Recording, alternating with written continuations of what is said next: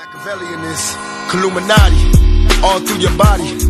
The blows like a 12-gauge shot. Feel me? And God said He should send His one begotten Son to lead the wild into the ways.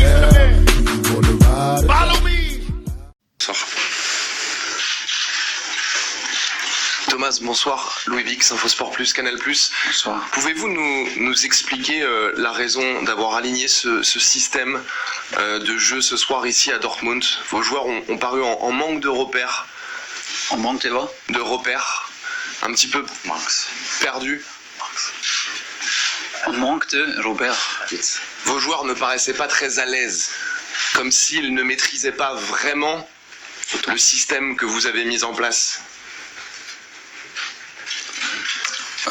Ok. Non, je ne peux pas expliquer parce que c'est trop long pour expliquer, honnêtement. On a des idées dimanche et hier. Mais c'est quelque chose que vous avez travaillé depuis un moment? Oui. On a joué dans ce système à Dijon, par exemple. C'est 2 matchs en avant. Et c'était le système qui nous donne, c'était la structure qui nous a donné des distances courtes pour défendre et qui donne une structure pour attaquer, pour contrôler avec un 3-2 dans le build-up, pour contrôler le match, pour accélérer le match et pour attaquer et sans changement, une structure pour attaquer très haut et très agressif. Et pour ça, on a décidé ça.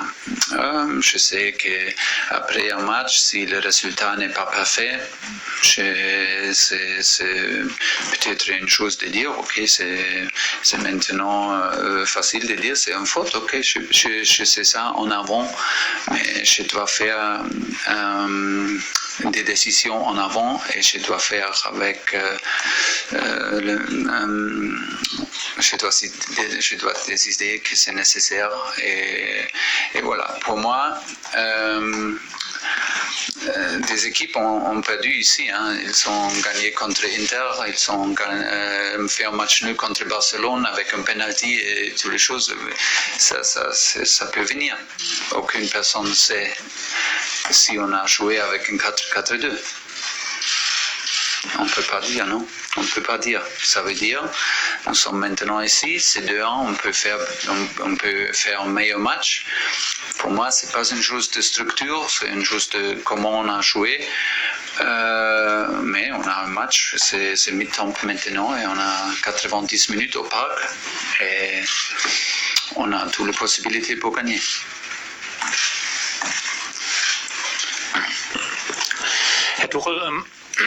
Bonsoir Thomas, Philippe Sanfourche pour RTL. Est-ce que vous êtes satisfait de la façon dont les joueurs sont rentrés dans la rencontre, de l'attitude? On a souvent l'impression qu'en championnat, l'équipe diffuse beaucoup de confiance, prend le match à sa main, et qu'en Ligue des Champions, il y a comme une crainte de faire mal et un manque de confiance. Oui, on manque un peu de confiance, j'ai la même impression. Je ne sais pas pourquoi, parce que on a la qualité, on a plus de qualité qu'on monte ici et c'est nécessaire de montrer ici, c'est nécessaire de faire des petites choses pour aider et de jouer un peu plus libre. J'ai la même impression qu'on a joué aujourd'hui un peu avec trop de peur de faire une erreur et c'est pas bien. On doit penser de la solution, on doit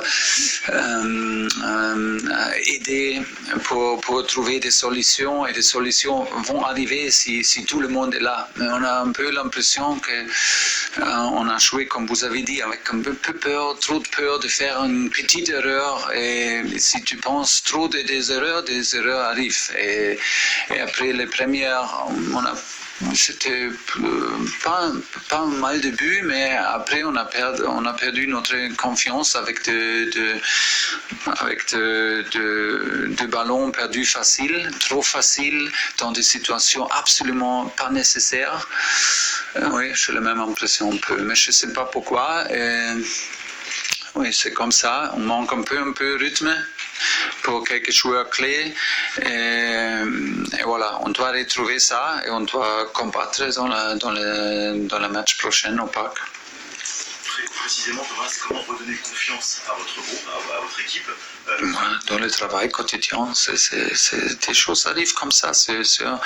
J'ai attendu que Liverpool a perdu 1-0. Oui, des choses arrivent. On ne peut pas seulement penser qu'on arrive ici et on gagne. Et c'est une question combien de buts on fait. Non, on doit accepter que la situation dans laquelle on arrive, c'est la situation et la capacité, le rythme, c'est comme ça et voilà. Maintenant, on va travailler, on va analyser et c'est pas le moment pour perdre confiance avec cette équipe-là. On peut parler après le deuxième match et voilà. Attends les 80 minutes et peut-être on va dire que nous sommes forts et nous sommes une équipe et on a gagné et nous sommes dans le 4e finale. C'est possible et je suis convaincu qu'on peut faire ça. Oui, Thomas, je suis là, en parlant toujours de votre système, vous avez vu que vous étiez en difficulté, mais vous avez hésité à faire les changements qu'il faut, peut-être. Oui, parce qu'on a décidé de faire ça pour contrôler aussi pour contrôler des latérales avec Guerrero et avec Hakimi. On a fait ça pour être une distance courte avec Layvin Kurzawa et Thomas Meunier parce qu'il sort beaucoup de fois de la pression avec Hakimi, avec l'accélération de Hakimi. Et c'était pas le moment. Nous sommes dans le premier match au 8e finale. C'est pas une finale. Si on joue une finale, ok, je peux faire la risque et je peux prendre le risque au fin de match. Mais c'est pas comme ça. C'était 1-1, après c'est 2-1. Pour moi, c'était pas le moment pour prendre un risque maintenant et peut-être c'est une dernière contre-attaque ou c'est une dernière attaque et c'est 3-1, c'est plus compliqué. C'est pas comme ça. Et on a eu des occasions avec Ney 2 fois, avec Thiago Silva à la fin de faire peut-être un 2-2. Ok, c'est comme ça. Mais c'était pas un match décisif, c'était pas une finale et pour ça, j'ai décidé de faire ça. Et c'est ma responsabilité, c'est pas un problème, pas du tout, parce que j'ai eu beaucoup de raisons de faire ça et je dois prendre des décisions en avant parce que je suis le coach. Après, c'est pas un coach, c'est un expert. Avant, c'est le gars qui prend les décisions avant, c'est le coach et qui discute les décisions après, ce sont des experts ou des journalistes. C'est complètement différent. Thomas, bonsoir. Ici un peu sur le côté. Qu'est-ce que vous avez pensé de la prestation de Kylian Mbappé dans ce registre en pointe et de la prestation de Haaland ?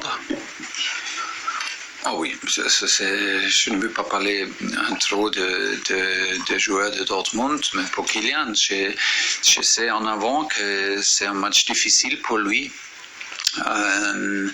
Et il doit rester très patient parce qu'ils ont défendu très bas avec un 5-4-1 et on a essayé de trouver Ney un peu plus et que Ney peut trouver Kylian un peu plus. C'était pas comme ça. On sait que c'est une bonne relation entre les deux, mais Ney il manque un peu rythme et capacité, c'était clair. Et pour ça, on manque un peu la qualité de Kylian parce que oui, c'est une connexion avec les deux. Oui, mais Kylian il a fait une passe décisive et c'est un match difficile pour lui, mais c'est un match pour grandir et pour améliorer et pour répondre. Pendant le deuxième match, j'ai beaucoup confiance à lui et à Ney qu'ils vont trouver le rythme ensemble et on va faire un meilleur match et un bon match au parc. Merci beaucoup.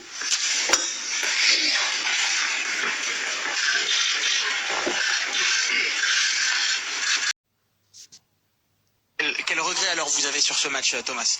Pas de regret, pas de regret. Non, c'est très facile d'être entraîneur si tu n'es pas entraîneur. Si tu peux regarder un match et analyser après, c'est facile d'être entraîneur.